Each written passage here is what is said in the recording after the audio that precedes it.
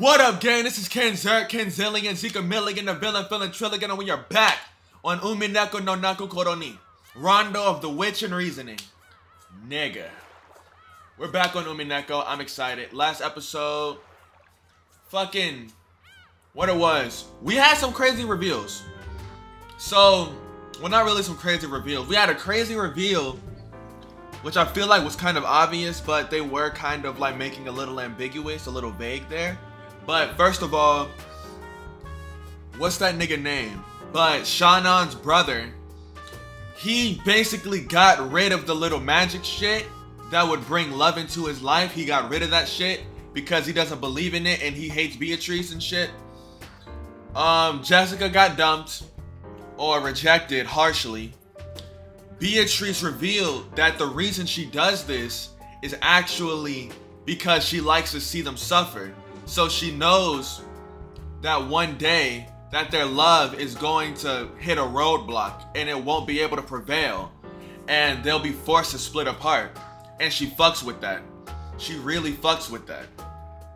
And I'm starting to think that this is actually like a prequel to chapter 1 instead of just being another story. I was assuming it was kind of like, I'm not gonna say what it is, but if you know the series I'm talking about, then you know what I'm trying to say. But I figured it was gonna be like that other series where, you know, each one is kind of like a different story. Each chapter is like a different story, and it goes in different ways, but in the end it all kind of connects. I thought it was gonna be kind of like that. You know, if you know, you know. I'm not gonna say what, but if you know, you know. But I thought it was gonna be like that, but it actually seems like episode 2 is really episode 0. But let's get into it.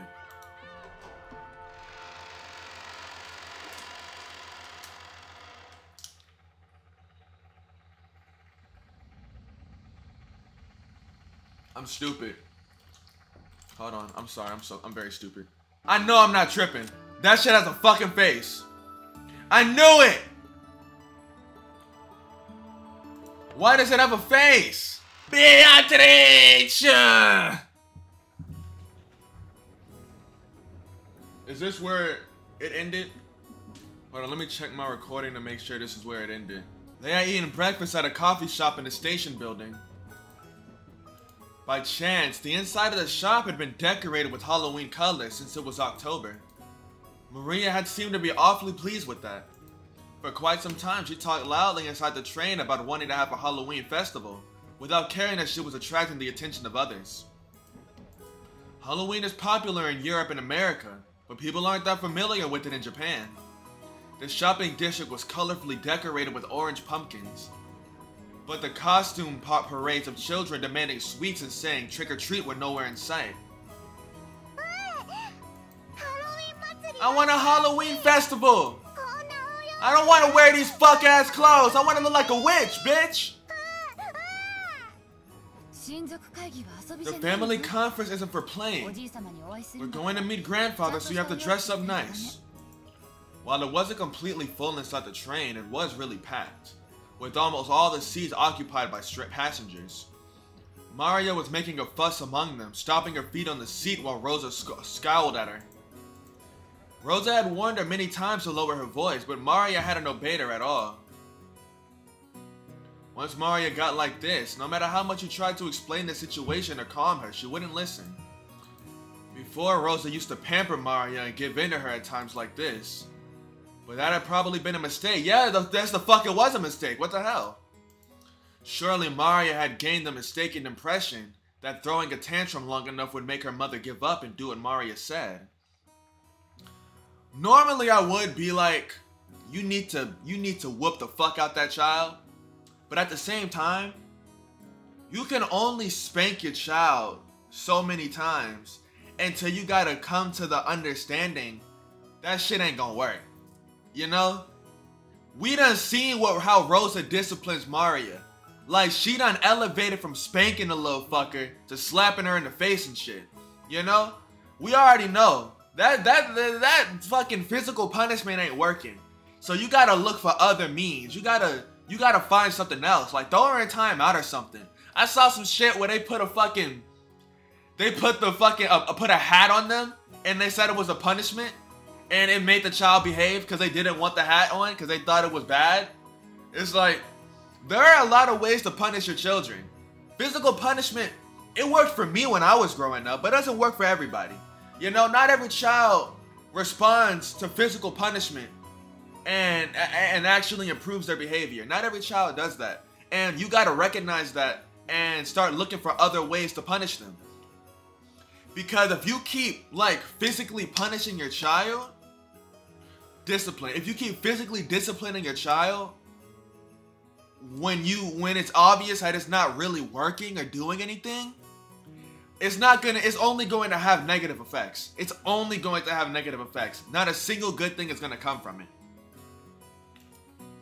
Rosa had realized that error with the help of an educational book.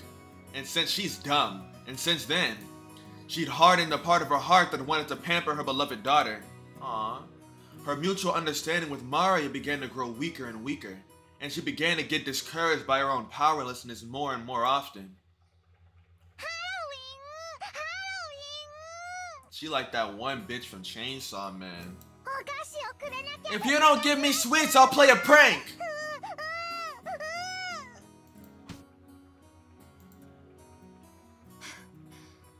I don't have any sweets to give you.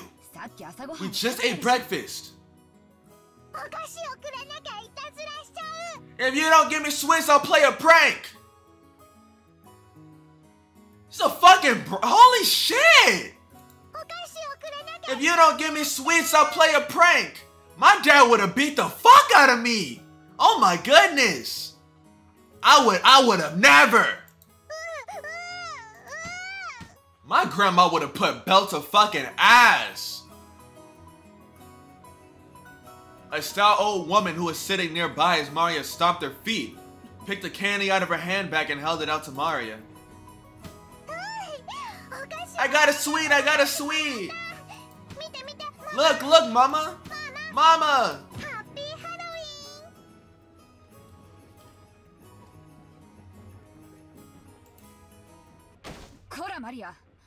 Hey, Maria, you can't just accept sweets from strangers, right?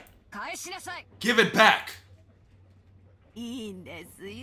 Oh, don't worry about it. Oh. She's such a spirited young lady. How old is she? Maybe there was no malice in the old woman's words. However, Rosa seemed to find that remark extremely humiliating.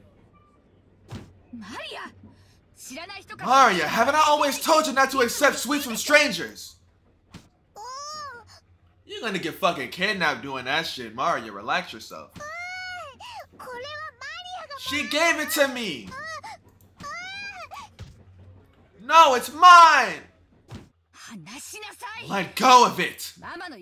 How many times do I have to tell you to do what Mama says? It's mine. Mine.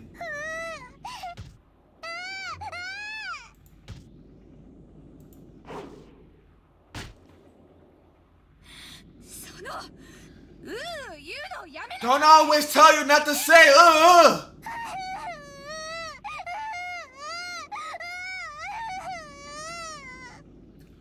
I don't fucking like this. I want to take my headphones off. I don't want to hear this shit.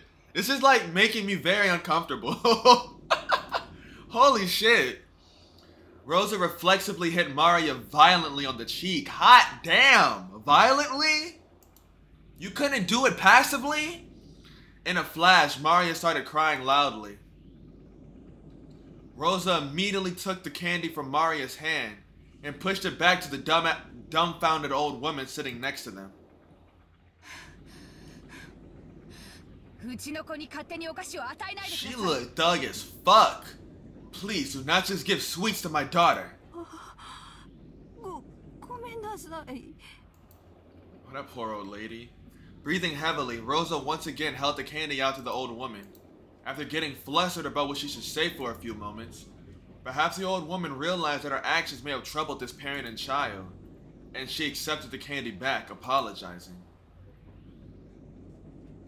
Slow ass transition. Poor old lady. After that took you 30 fucking business days. After that, Rosa finally took notice of her surroundings. Her daughter's clothes were all messed up. She was crying and shouting with her nose dripping, nasty ass. And there were many dumbfounded passengers watching them. Except for the sound of the train running, the interior was completely silent.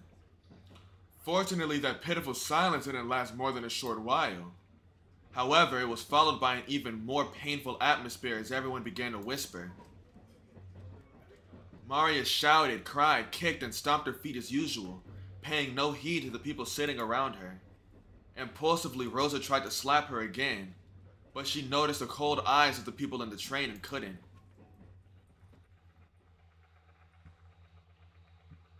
When the train stopped, Rosa forcibly pulled Maria's arm and got off, almost dragging her daughter along. Physical discipline is one thing, but I will never, ever agree with hitting a child in the face. Never. Never. I will never agree with hitting a child in the face. I don't like, not on the body, the arm, legs, like not the chest, the stomach. No, I can never agree with that. Like, I think I got one whooping one time where I was hit somewhere other than the ass, and that was the worst shit ever. You like, physical discipline is one thing, but you never hit the child anywhere other than the ass, because that's the softest, and that's the softest part, and that's the least painful part. You can't hit your child all on the shot. You can't do all that. That's fucked up, especially in the face. Maria didn't stop crying. Damn! Rosa took her to the end of the platform and hit her cheek again. Rosa! At the moment she was hit, Maria stopped crying for an instant. But before long, she shouted and cried even more than before. Overwhelmed with emotion, Rosa grabbed the nape of Maria's neck and dragged her, tugging at her hair.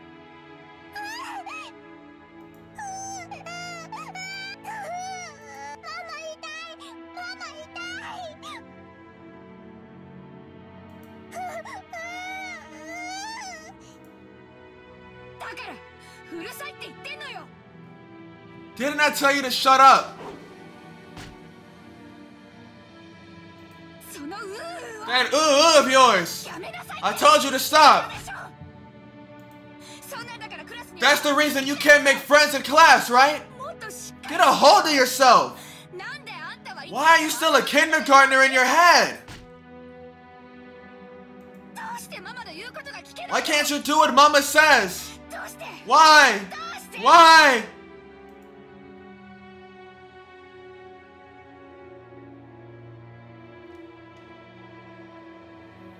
With those severe words, I was not expecting to start my day like this. It's 10 in the morning. What are we doing here? With those severe words, Rosa hit Maria's cheek over and over again. The more Maria cried and shouted, the more Rosa hit her. And the more Maria was hit, the more intensely she cried and shouted. See, she forgot to say, why are you crying? Why are you crying? Stop crying. She forgot to say that. What is it that parents used to say after they just beat the shit out of you? What was it they used to say after they beat the absolute dog shit out of you? Hold on. Hold on. You better stop crying if I get something to cry about. Oh my goodness. She was supposed to say that. That's why she hasn't stopped crying yet. She didn't say that yet. Mom, it hurts! Oh my goodness. Fuck. I don't like this shit at all. Why can't you stop saying ooh? Fuck! This is exactly why you can't make friends. You just said that. This is why Papa's business trip never ends. This is why.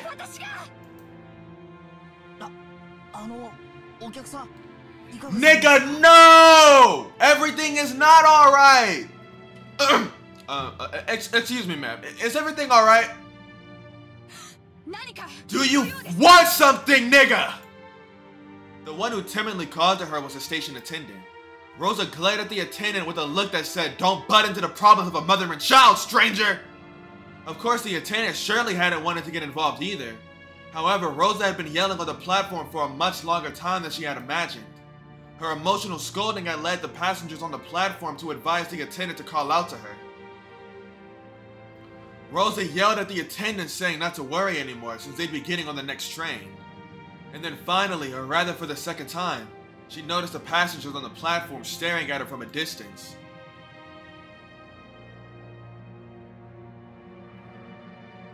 And now she feels bad.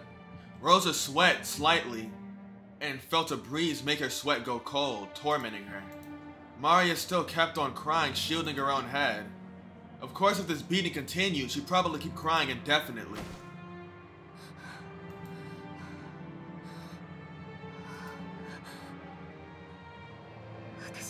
I did it. Again. As the terrible heat in Rosa's head faded, she knew she had surrendered her soul to evil again. Send this bitch to therapy. Send both of them to therapy. Something is terribly wrong with Maria. And something is horribly wrong with Rosa. They both need some sort of therapeutic advice. Advisory.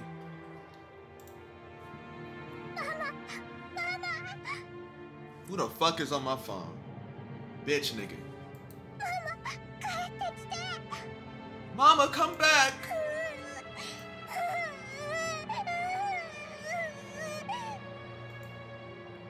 Rosa fell to her knees and hugged Maria, whose face was all soggy with tears and mucus. Maria, I'm sorry. I'm so sorry. I hate shit like that.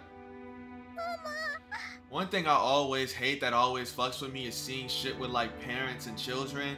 Like really fucked up and strange shit like this. I always hate seeing shit like that. That shit always fucks with me. Welcome back. What the fuck do you mean, welcome back? Oh, I see. She wasn't herself. I get it. Okay. That's so much fucking sadder. Shit. Finally, Maria realized that her mother was her mother again.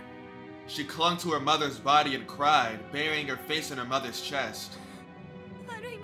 Forgive your bad mama. Forgive your bad mama. I'm so sorry. Please don't hate your mama.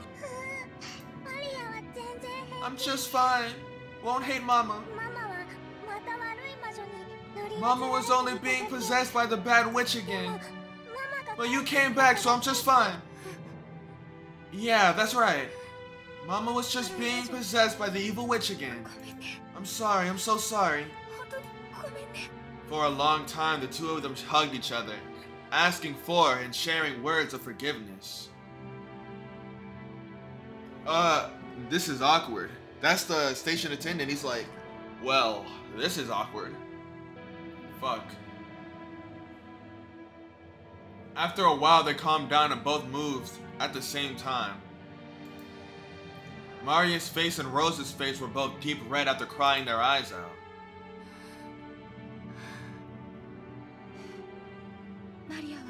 Do you want to have a Halloween festival, Maria?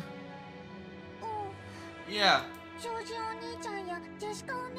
I wanted to show those pumpkin marshmallows to George and Jessica. It was a candy they'd been selling near the cash register at the shop where they'd eaten breakfast. A fancy sweet that had a big orange marshmallow in the shape of a jack-o'-lantern attached to the tip of the stick. Maria had wanted it and had insistently pestered Rosa for it. Rosa had refused, saying there was no way she could buy sweets right after breakfast. And Maria, I don't know if they sell those in this town or not, but let's get off and try searching for them, okay? I love you, Mama. I love you so much. Thank you. I love you too, Maria. The truth was that they didn't have time to waste loitering around at a stopover station. If they missed the airplane, they'd fall half a day behind schedule. She should have left home with more time to spare, but she'd ended up leaving late after choosing Maria's clothes. Because of that, Maria had been a bit impatient since the morning. Rosa, she looked at the clock. They had to get on the next train immediately. But her daughter firmly joined hands with her to go buy the sweet with her mother. And that hand was warm. To Rosa as she was now, it was more important to renew her bonds with Maria. To her, Maria was not only a beloved daughter, she was everything Rosa had. Fortunately, they could see a big supermarket right in front of the station. They might not be able to find exactly the same sweet, but Maria would probably be happy with a similar one. Besides, Rosa couldn't show up with a face swelled from crying. She must fix her makeup. Maybe we won't find a marshmallow exactly like that one, but hopefully we can find something like it. Let's buy some and surprise all your cousins together. As long as we buy it together, any sweet is fine. They exited through the turnstiles of the station in this unknown town. Maria walked across the pedestrian crossing together with her mother, chuckling to herself as though she was walking in an amusement park. Both faces were still deep red, but the two of them, mother and child, smiled warmly at each other without any restraint.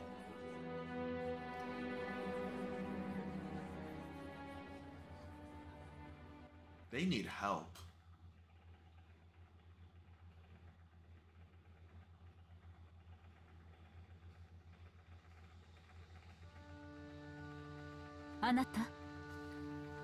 Natsuhi, hey shorty, hey bad bitch. She don't realize how I could treat her so much better than Rudolph bitch ass. I saw a meme, hold on. I saw a funny ass picture. I don't know if I ever showed it on here, but I saw a funny ass picture sometime last year about Rudolph. Funny as fuck. I was dying, bro. Hold on. I still live with my parents. This shit's funny as hell. Oh my goodness. I fucking hate that nigga. Dear, what are you doing in a place like this? Oh, it's you. Oh, not Rudolph. Krauss. Krauss bitch ass. Rudolph, that battle is that. Oh, it's you. It's nothing.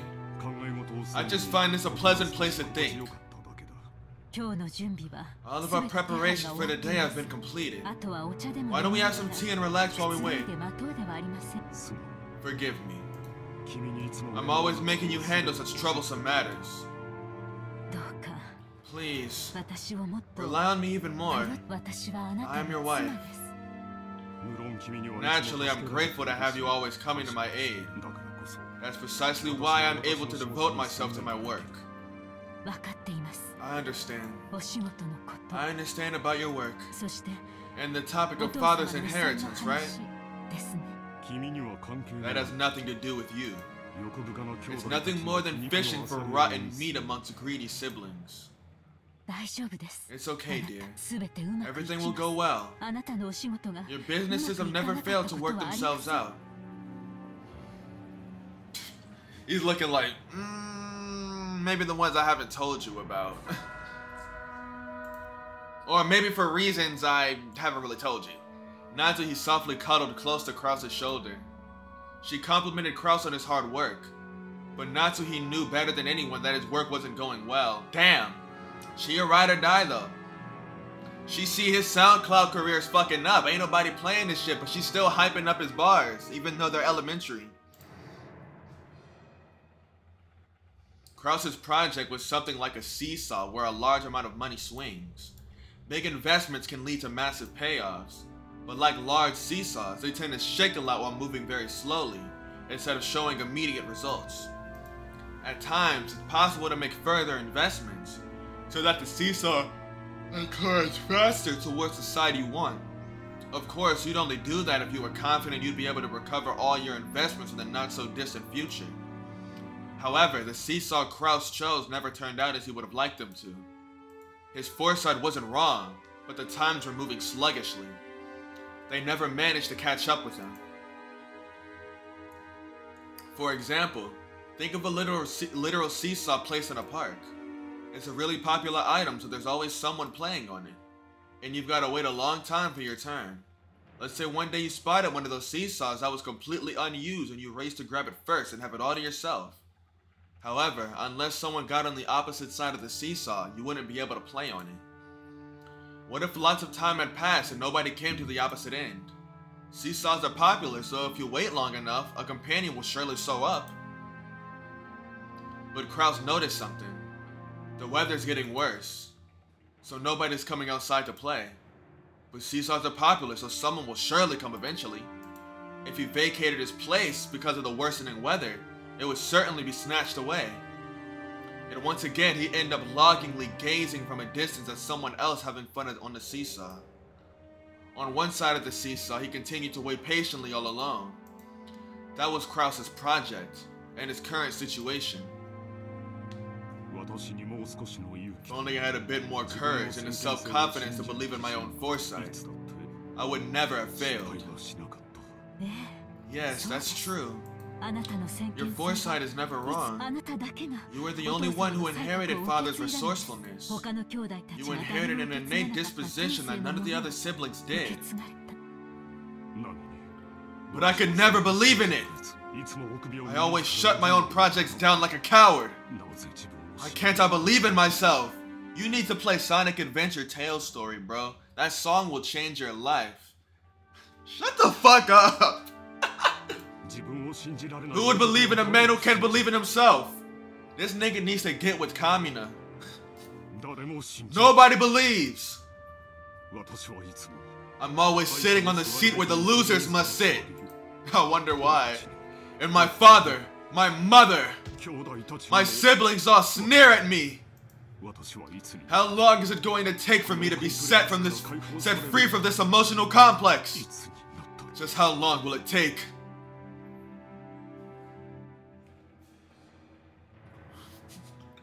Punk ass nigga. Don't nobody fuck with you. Not that he was the only one who knew. Only she knew of Krauss's anguish. As the eldest son of the Yoshiramiya family, who would soon be forced to bear an immense responsibility, he couldn't open his pained heart to anyone, and was always getting compared to his father's great enterprises. I made preparations concerning all other matters, so that you will be able to devote your attention entirely to the family conference. Yes, everything else has been seen too. Thank you. Will there be any problems dealing with father? No. Genji and Dr. Nanjo were on our side.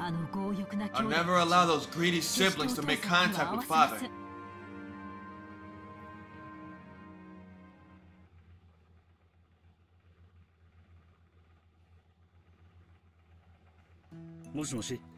Nigga, don't fucking talk to me. I don't fuck with you either. Hello, go to here. Hello, go to here. Yes, please, leave it to me. I'm anxious to put my skills to work for the big annual job. In the kitchen, multicolored ingredients were gathered on the preliminary arrangements were promptly being started. Even though it was still morning, the ingredients for dinner were already in saucepans and steaming. Normally, he had to deal with several assorted matters, but on the day of the family conference, he could devote himself entirely to cooking. To go to who was originally a chef, this is the greatest gala occasion of the whole year.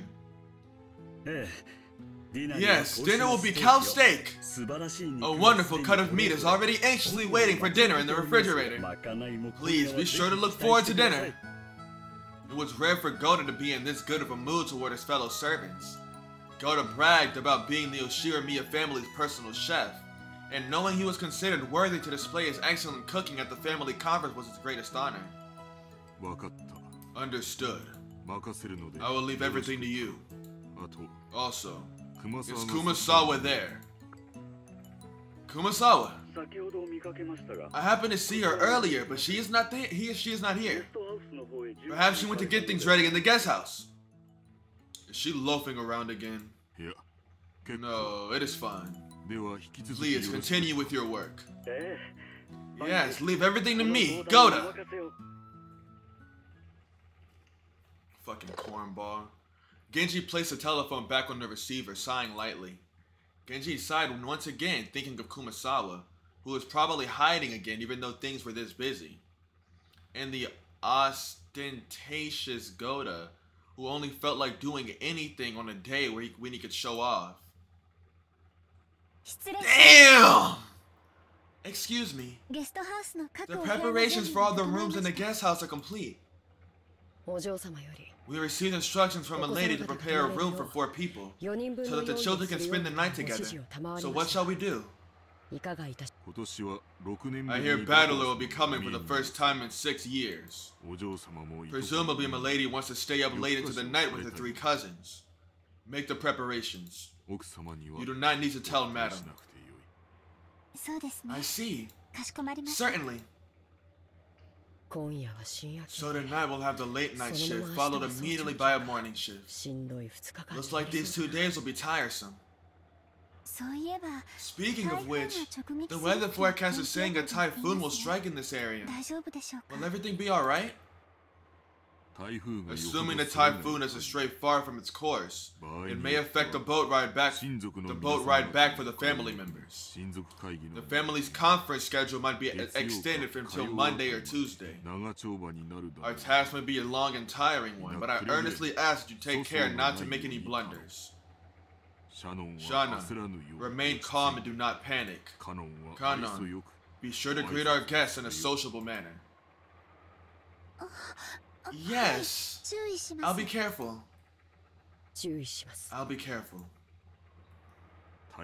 Today we must conduct ourselves in a manner suitable for a very important guest. See to it that you make no blunders. We understand. All guests who visit here are important. In the truest sense, we will be receiving a very important guest today. Make sure that you are prepared. Yes, sir. He's talking about Beatrice! Shannon, there's something the matter. You seem to be uneasy. Do you have some prior engagement at this time? No, it's nothing. My apologies. Important guests will be arriving today. Detach yourself from your private life. I don't know what you mean by private life. As Shannon blushed just a bit, she turned her gaze away from the clock. What? Oh, was it about time for the airplane carrying the family to arrive at Nijima? She tried to hide the fact that her upcoming, long-awaited reunion with George was making her heart race. But Kanon, who stood beside her, seemed to see right through her. So we're already at the point where we're starting the family conference. I wonder, will this be another side of the family conference?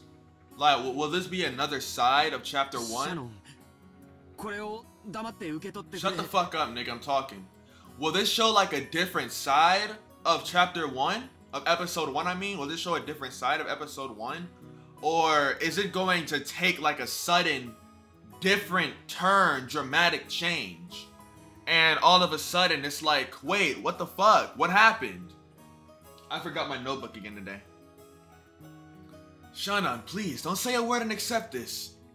Inside a bathroom stall, George was practicing something over and over, taking out a small velvet box hidden in his pocket, like a quick-draw desert gunman. That's not it. Shannon likes men who are more assertive. I've gotta pump it up with more horsepower. Pump it up, he think he...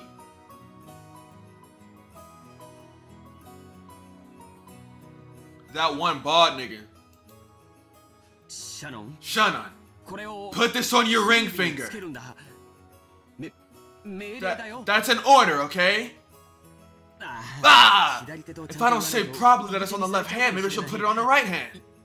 No, Shannon isn't that ignorant. But unless there's some room for her to express free will, that'd be a little, I mean...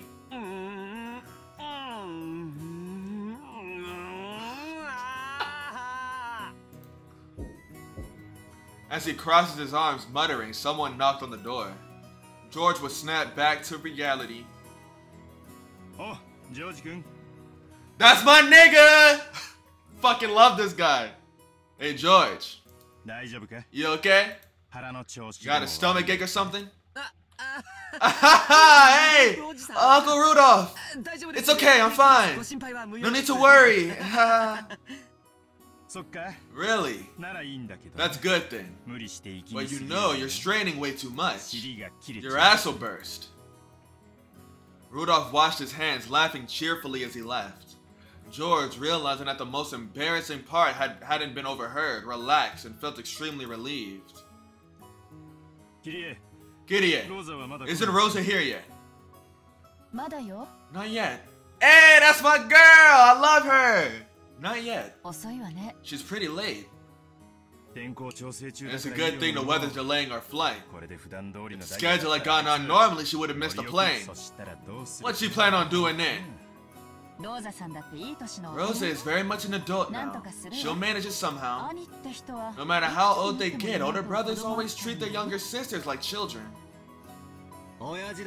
Of course! Dad's always a kid no matter how old he gets.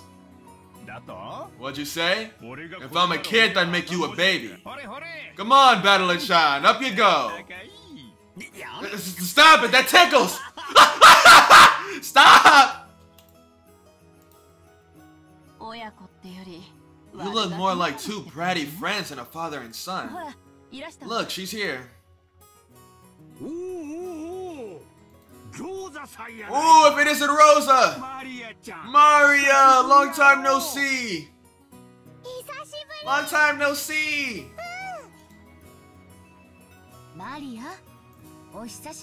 Shouldn't that be it's good to see you again? Greet Hideyoshi-san properly. Fuck you! It's good to see you again. There you go. Well said. How about some candy as a reward? Oh, where'd I put it? Fucking dunce. Rosa, it's good to see you again.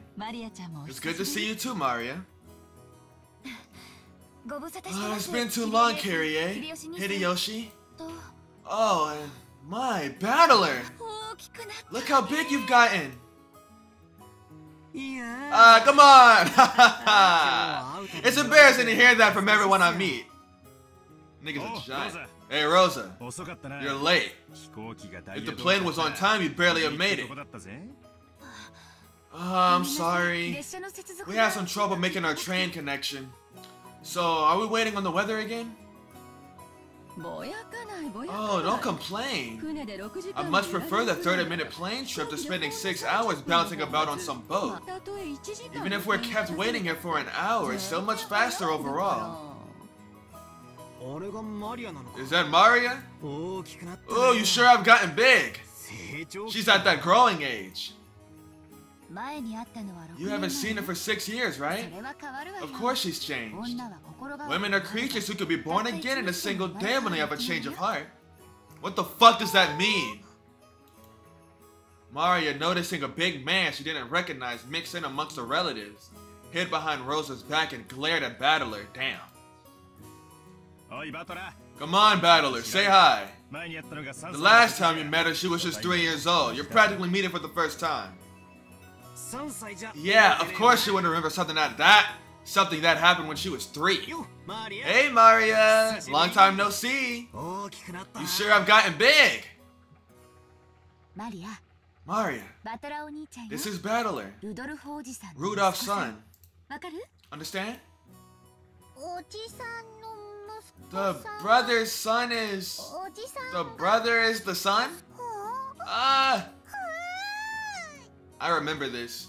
I do remember this in episode 1. She was obviously on her guard.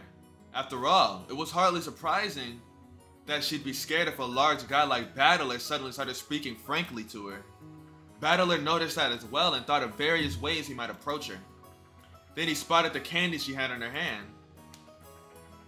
It was a jack-o'-lantern sweet Rosa had bought for her. I see, it's October. That must be for Halloween. If you don't give me sweets, I'll play a prank, right? Normally, trying to snatch a sweet away from a small child will result in them crying and screaming. The adults seemed dubious about Battler's tactics, but Maria looked unexpectedly pleased, her face splitting into a wide grin. See, Mama? Battler also knows about Halloween. See? Hey, call him Battler Oni-chan. Sorry, Battler. No, don't sweat it. Please, call me Battler. I like to battle, because I'll be calling you Maria. Look, Maria, it's Halloween. If you don't give me sweets, I'll play a prank. If you don't give me sweets, I'll pay a prank. From inside her purse, Maria picked out a jack-o'-lantern sweet similar to the one she had in her hand and presented it to Battler. When Battler accepted it, that seemed to be enough to confirm their friendship. The adults were amazed at how good children can be at getting along with each other. Maria had been throwing a tantrum because she wanted a Halloween festival, so Battler, who knew about trick-or-treating, must have felt like an ally. Her defensive posture from before was completely gone. Now she was all cheery, as though they'd been friends for decades. That's right! Halloween's a pretty minor event in Japan. You always see people marching in costume parades on the news from overseas, but never seen it here. I wanted to wear a costume too. I wanted to say trick or treat with all the cousins wearing costumes. I see. Next time let's do it together. What would you like to dress up as? A witch! Fuck! Hot damn!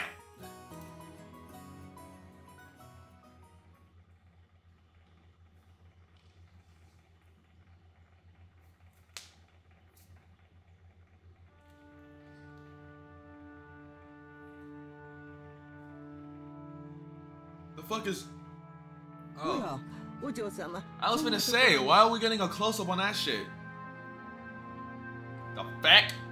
Oh, my lady, what are you doing in such a place? Madam was looking for you. I'm here because I don't want to be found. Anyway, I'm sure she just wants to scold me like, is your appearance alright and watch your language? Without a doubt. You know, when the day of the family conference comes, I always start thinking about this witch for some reason. And why might that be? The family conference is the day when everyone related to grandfather gathers. I hear that this time even Battle is going to be coming after 6 years. What if, just like that, some relative who hasn't shown themselves in several decades suddenly shows up? That's what I'm always thinking about. Could a relative like that exist? I mean, Beatrice. Nobody knows her background. Could she be grandfather's mistress from long ago? What if one of her descendants suddenly appears and tells us to return the gold we were given or something? Krauss and the others will probably discuss the master's inheritance problem this year too. Once they get so fired up talking about the witch's gold, one could hardly be surprised if the witch herself were to show up, yes.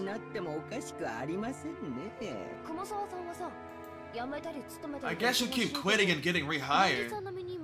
But you've been here as long as Genji, right?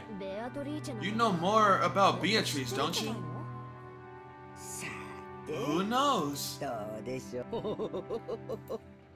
Even if I try to remember, this old woman here can't even recall what she had for breakfast this morning. You're always dodging with those excuses, but you know something, right? Sometimes you feel kind of devious, like you know something and you're laughing behind our backs. That's harsh. I don't have any secrets. The only thing I can say is that Beatrice is the Golden Witch, and that she is the other master who controls the night on this island. Okay, now he's just repeating stuff grandfather said. It must be a pain to play along with grandfather's crap even though you get paid for it. However, I can say this much. What? In ancient times, Rokkenjima was feared and called Azukishima, Azuki Bean Island. Who the fuck would be scared of a place like that? A place called Bean Island. The Azuki is said to be a corrupted form of Akujiki, and in fact it was called Akujikishima, Evil Appetite Island. That is what is told among the fishermen. I've heard about that before. Supposedly there's lots of sunken rocks and shipwrecks around here, so the fishermen got scared and stayed away whenever they could. Holy shit! Nigga, this is exposition! Relax with the music! This shit is too fucking glorious! Gotta turn it down, it's distracting me. Evil spirits settled down in Akujikishima and have continually eaten the souls of people since ancient times. Quite a few people lost their lives because of this island. And then that monk, the traveling Shugenja or whatever, built that shrine, reposed the souls and settled them there, right? Sounds pretty crazy though. And that shrine for the repose of souls was destroyed by an eerie violent thunderbolt this summer, which tore up the darkness of the night.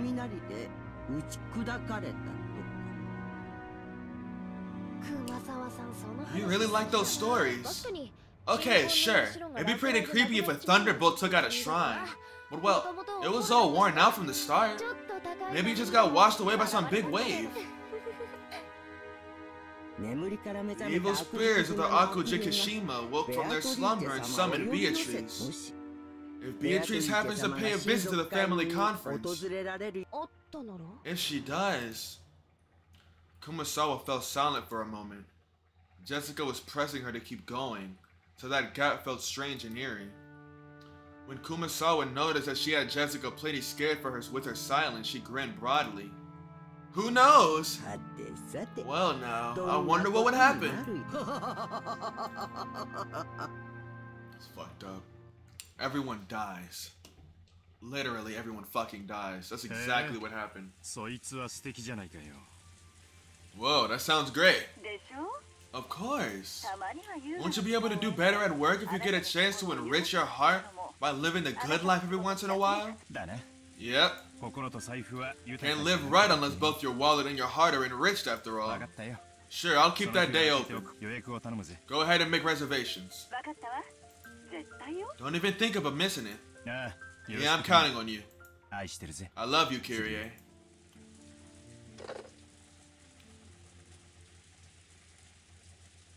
After kissing the receiver, Rudolph hung up.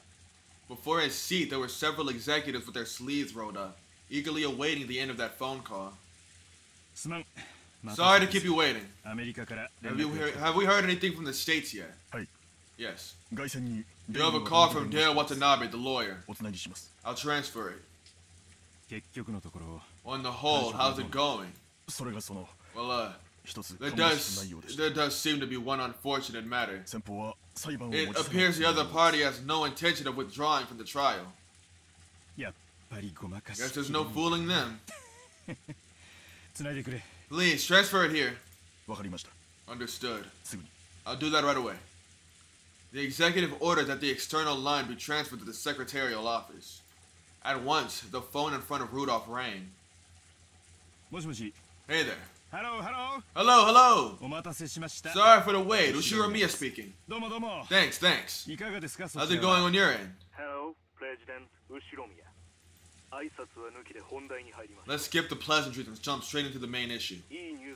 I've got good news and bad news. Which would you like first? Might as well start with the bad. I hate fighting when there's no dessert. Very well.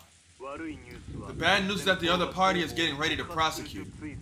Just a few days ago, a similar trial resulted in a decision in favor of the plaintiff. The defendants were using roughly the same arguments we planned to use, but they were rejected in every case. I'm afraid to say it, but if we face the courtroom as we are now, it's extremely likely that each one of our claims will get rejected. So that trial ended up being a total bust after all. And I thought their position was even more solid than ours. That hurts. Okay, what about the good news? I managed to contact the executive of the other party. I explained the situation we're in, told them we have no intentions of tarnishing their brand's image, and managed to get an understanding. They'll send us their terms over the next few days, and if these are carried out, they promise to withdraw their charges. This is their proposal according to the number 2 man on their board of directors. Your impression? To be honest, I expect their terms will be extremely severe. We estimate that changing the company name and the brand name will be inevitable. I think we'll be able to earn some leeway by playing with the amount of settlement money, making a public apology in a major newspaper, and carrying all this out within a reasonable amount of time. Sure, I'm making this complicated when they can just tell us to go broke. They only recently switched to a new president, and their groundwork hasn't been completely laid yet. If we resist until the bitter end, they fear the forces opposing the current president won't hesitate to aid their enemies. Hence, their big shots want this matter settled as quickly as possible too. So, we might still have enough leeway to get them to mitigate their terms if it'll lead to a quick settlement. Either way, are we still looking at a crazy sum of money? You need to be prepared for that. Even though it'd be much cheaper than paying punitive damages. Thank you very much, sir. Please, contact me if anything new happens. We're paying you the big bucks, so no idle chit-chat. Thank you. Thank you. Goodbye. Rudolph hung up the phone. The executive sitting in the reception seat seemed to have guessed at the content of that discussion. You guys hear that? Simply put, they'll forgive us if we can pile up enough money.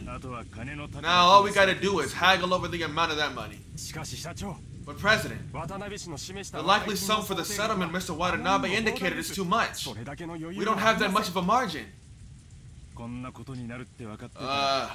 If we'd known this would happen, we never sort of started diversifying.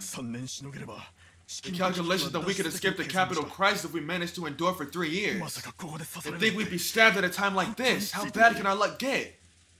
I guess we fell at the step of the hop, step, and jump.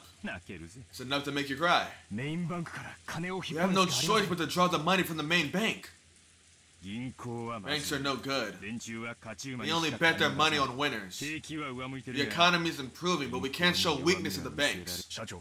President, do we have access to any funds that are unaccounted for? Funds that we are unaware of? Quit it. Do I look like that kind of man? The contents of my wallet are totally exposed to you guys, okay? The account books over there show all our company has. In that case, we need to raise money. We need a sponsor who can draw in several million for us as soon as possible. President, couldn't something be worked out with one of your personal connections?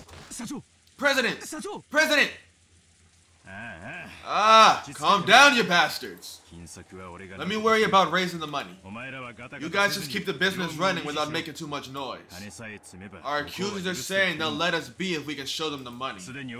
We've already got thick pipelines in Asia.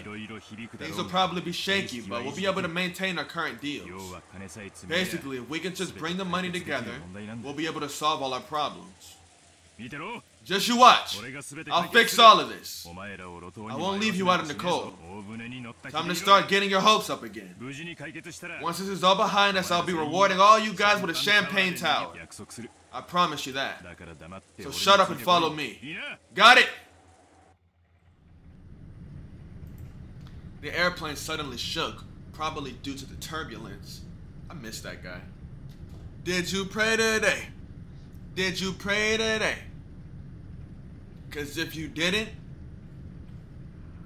I'ma have to dig you down on some gangster shit. The airplane suddenly shook, probably due to the turbulence. Rudolph was jostled awake. He'd woken early that morning and ended up drifting off to sleep while resting in his seat. You okay? Are you sure you aren't still pretty sleepy? After all, it seems like you've been really busy with work lately. Being busy with work is nothing to complain about, right? Once I've got nothing left to do, it won't be long before we're out in the cold.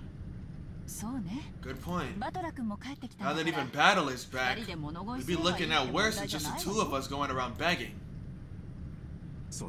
Yeah, our family's all together again for the first time in 6 years. And the leader of our family's gotta give his best if we want to spend time alone together. When he looked out the window, he saw that the airplane had already started to drop in altitude considerably. The fishing boats, which had only looked like black grains a short while ago, were starting to become clearly recognizable. If I could prostrate myself before father and get 10 million yen every time he slugged me, I'd do it a dozen times. Or maybe he could just go and die already. I've always depended heavily on his financial support, and now I'm after his inheritance. I'm headed straight to hell. I can hardly complain if father doesn't want to meet the man I've become.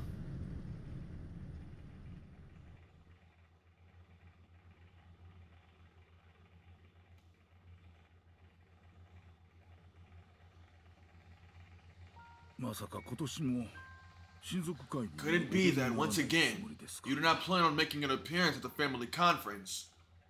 Nanjo looked at Kenzo's face, sighing. Kenzo's eyes remained rooted to his strange book on magic. I have no intention of joining those vultures in their debate. They can discuss how they'll suck my bones dry on their own. How utterly contemptible. My, how troublesome. Nanjo shook his head slightly. To him, children and grandchildren were lovely things. He believed watching them grow was the only way to truly enjoy old age. So Kenzo's words were very saddening to Nanjo. If the time comes for me to leave this room, I will show myself. Just as she does not show herself yet. When Kenzo raised his face, his gaze pointed at the portrait of the witch, which was respectfully displayed on the wall.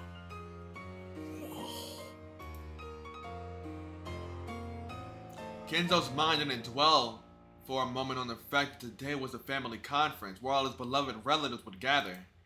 It was filled only by the face of the witch in the oil painting, who never smiled except inside the portrait. Everyone knew that interrupting Kenzo when he talked about Beatrice would trigger his wrath. Today, I will hold a certain ceremony. And what might that be? Perhaps it is closer to a gamble than a ceremony. After all, magic without risk can never house a miracle. Nanjo had heard Kenzo say this many times before. You might even call it a pet phrase of Kenzo's. Kenzo apparently believed that magic and miracles could occur if you gambled your own fate with a certain amount of risk and triumphed. I wonder what sort of gamble you're making, as of the man who was once called the Golden Gambler, and who's now so old he might pass on at any time. It should be well worth watching. I see. So the secret ritual I've developed after much research appears to be nothing more than a gamble to one unversed in magic such as you. Very well. If I have faith in miracles and win, you will see clearly on this day that all my research did bear fruit, despite it seeming to be a little more than a product of my eccentricity. If you win, it will all end just as you have already seen, as nothing more than the eccentricity of an old man who might leave this world at any time. Just what sort of gamble could you be planning to take? As your friend, that better ceremony as you called it.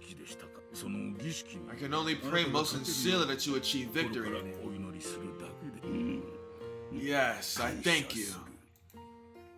Speaking of which, Kenzo, have you heard that a much longed-for guest will be present at the family conference this year? What? For once, Kenzo reacted to Nanjo's words and turned around. That's right, Battler from Rudolph's family. I hear he'll be coming after an absence of 6 years. I'm sure he's become a splendid boy. Oh, Battler.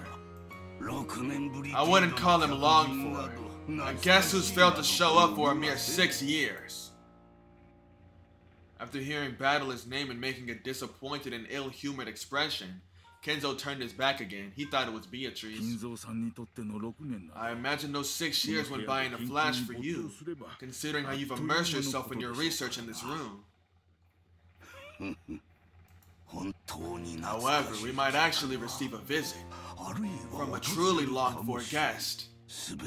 Everything depends on the results of the roulette. The roulette has already started to spin. Will it be rouge or noir? Tonight, let us enjoy ourselves as we see what kind of miracles the roulette will show us. The payoffs are large, and I don't intend to lose. Beatrice, accept my bet! At that time, the telephone on the table rang. The piercing sound seemed to irritate Kenzo, as he picked up the receiver to preserve the silence as much as he could. What is it? I'm busy! Genji speaking. Everyone has arrived. What of it? Just serve them some tea or something! Certainly. I will do so. Kenzo hung up the phone rudely. Looking at that, Nanjo sighed yet again and shifted his attention outside the window. As he is now, I doubt Kenzo would pay any heed to any sort of guest. Could any guest possibly make Kenzo come out when the time comes, as he said? Kenzo had a single person in mind, but that was a guest who certainly wouldn't appear. Nanjo stared at the witch of the portrait with her impassive expression, unable to decide if she was smiling or sad, and then gazed up at the lead-colored sky.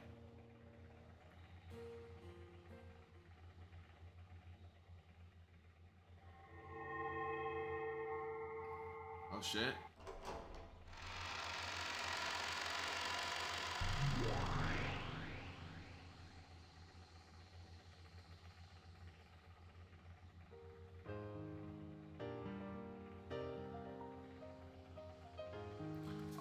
We're back in... Oh. So are all the pieces in place? Shall we line them all up again and start a new game? Any objections from you? Nope, none. The witch looked at him challengingly while elegantly smoking her pipe. And Battler? He just rudely shrugged his shoulders as if he didn't care what she just did. He didn't meet her eyes, but that didn't mean he didn't intend to challenge her. It showed his clear determination to never be taken in by this bastard's tricks. It was an expression of his determination to fight. Don't tell me you're jumping into this without a plan. I don't even know how you'll make your first move. I got no plans or anything. Go ahead and move first. Naturally, I'll do so. How shall I begin to break down your defenses? How many moves will it take to checkmate you? This is where you'll see me at my finest. No matter what moves you come at me with, I won't believe in you. As long as I stand my ground on that point, I won't lose. And that means, this game's built in a way that makes it impossible for you to win. Perhaps you're right. However, I'm the one who decides how many times we'll hold this game. We'll repeat it over and over until I win and you acknowledge your defeat, see? In other words, this is torture. An eternal torture that shall continue until you surrender to me. It shall go on endlessly until you acknowledge me and the existence of witches. Then I'll play your game endlessly. As many times as it takes until you run out of patience. I've never lost in a test of stubbornness. Oh, did a certain witch plant that idea in your head? Very well. I'm tired of listening to you ramble. Come on, get this started! Then let us begin. I already know all of your moves. A defense doesn't amount to much if the plan behind it is known. Don't think you'll be able to define me with the same moves. I've got just one thing to say before we start. What is it? Go ahead and say whatever you want. However, whether I believe you is something I'll decide for myself. No matter how impressive this magic of yours is, my soul won't yield to you. You think this is torture for me? You're wrong. Then what else could it be? This is torture for you. Someday you'll surrender to me and give up. Until then, you'll be tortured over and over again. How amusing. What an entertaining metaphor. Torture where we torment each other. Yes, truly amusing. Come, shall we begin that torture? Ushiro Miya Battler!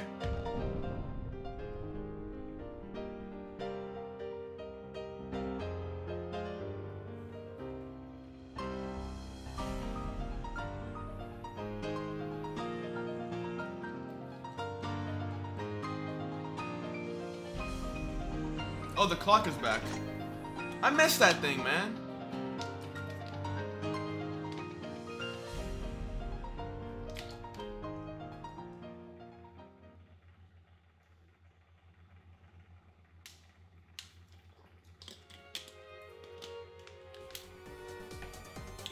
Holy shit. That's the end of the episode. Hope y'all enjoyed. Like, subscribe, leave a comment. I read them all. Tap into the next one. Brothers and sisters, because y'all both watch me. Unks as well, and nephews, aunties, nieces, all of you. This chapter was fucking awesome. This chapter was really good. I really enjoyed this chapter. I'm so serious. I really enjoyed this chapter. And that ending has me with very high hopes. My arm hurts. Has me with very high hopes for what's coming next. Bye bye! I love y'all. I need to, when I get a chance to, I need to sit down and get back on my notebook.